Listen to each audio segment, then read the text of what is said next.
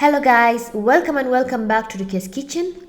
Today I'll be showing you how to make these soft and amazing stuffed meat chapatis known as parathas in another name. If you haven't subscribed to my channel, please kindly do so you don't get to miss any of my videos each and every week.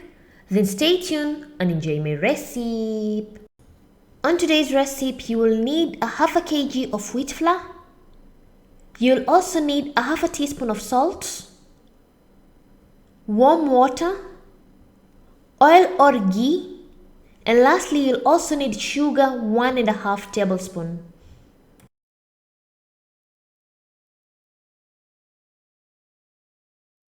In a bowl which has the wheat flour, I will add 1.5 tablespoons of sugar, a half a teaspoon of salt, and 3 to 4 tablespoons of oil or ghee, and mix everything well.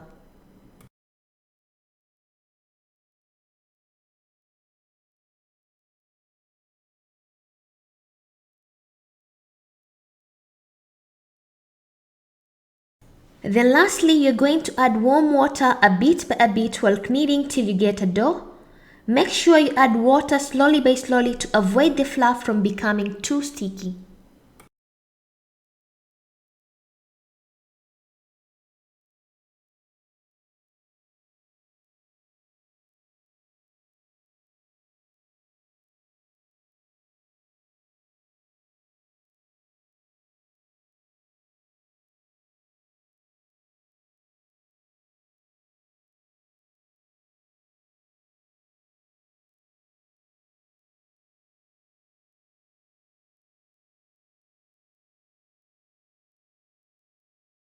Once you get a dough like this, knead the dough till it becomes smooth and soft.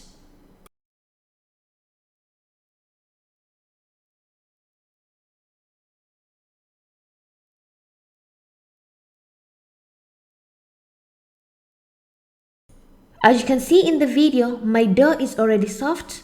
I will add 1 tablespoon of ghee, or you can also use some oil too. I'm adding the oil to make my dough more softer, and I will knead it for at least a minute. Once my dough is soft, I will divide the dough into 5 to 6 small doughs according to the numbers of chapati you will need, and then you roll them into small tiny smooth balls like this. And once you're done, you'll arrange the doughs into the bowl that you used to knead the flour. Then we're going to make the mincemeat. You will need a half a kg of mincemeat, a half a lime, salt about a half a teaspoon, garam masala 1 teaspoon, black pepper a half a teaspoon, ginger garlic paste 1.5 tablespoon, a handful of coriander leaves, 1 grated carrot, and 1 medium sliced onion.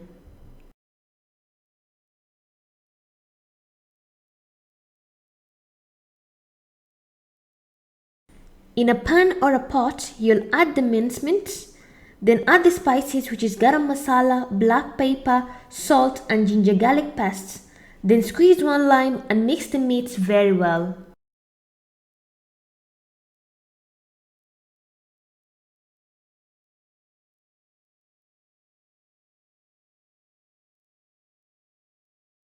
You will cook the mincemeat in a medium heat till the mincemeat is well cooked and dry.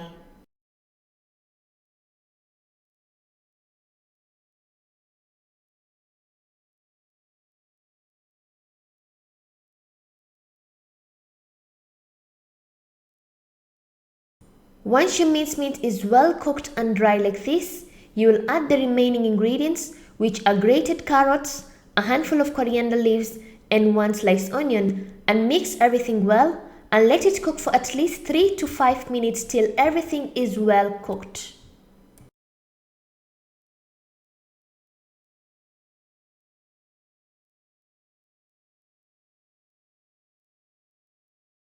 Once you're done, you'll put the mincemeat in a separate bowl to cool down before stuffing the chapatis.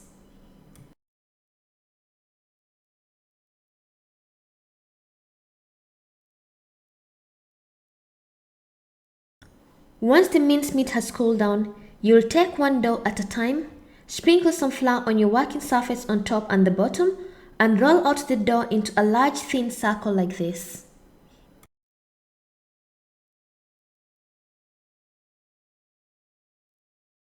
Then afterwards, you're going to place approximately 3 tablespoons of the mincemeat at the beginning of the circle and fold it around to cover the filling completely, as you can see in the video step by step.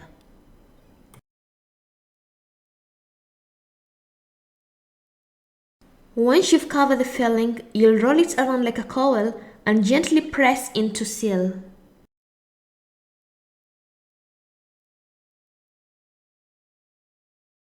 Then you'll sprinkle some flour once more on top and at the bottom and slightly press the dough in and roll it out to make a chapati. Make sure you roll the dough slowly so that the meat doesn't come out.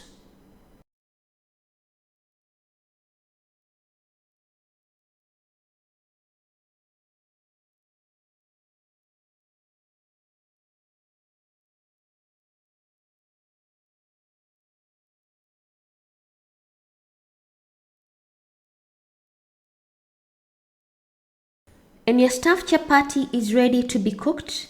Heat a pan on a medium heat. Make sure the pan is completely hot before placing the chapati. Once hot, place the chapati on it and cook it till it's slightly brown in color. Once the chapati is slightly brown color like this, flip the chapati on the other side and cook it for at least 1 to 2 minutes till the chapati is slightly brown color like this.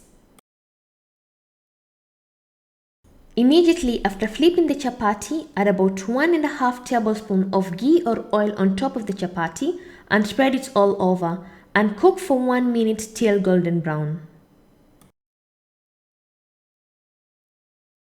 Once golden brown, flip it once more, then drizzle a bit of ghee as well on this side and cook it again for 1 minute till golden brown.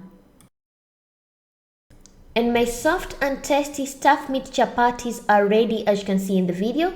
I fold one chapati so you can able to see how it looks inside. You can eat along with a cup of tea or anything that you like and enjoy your stuffed meat chapatis.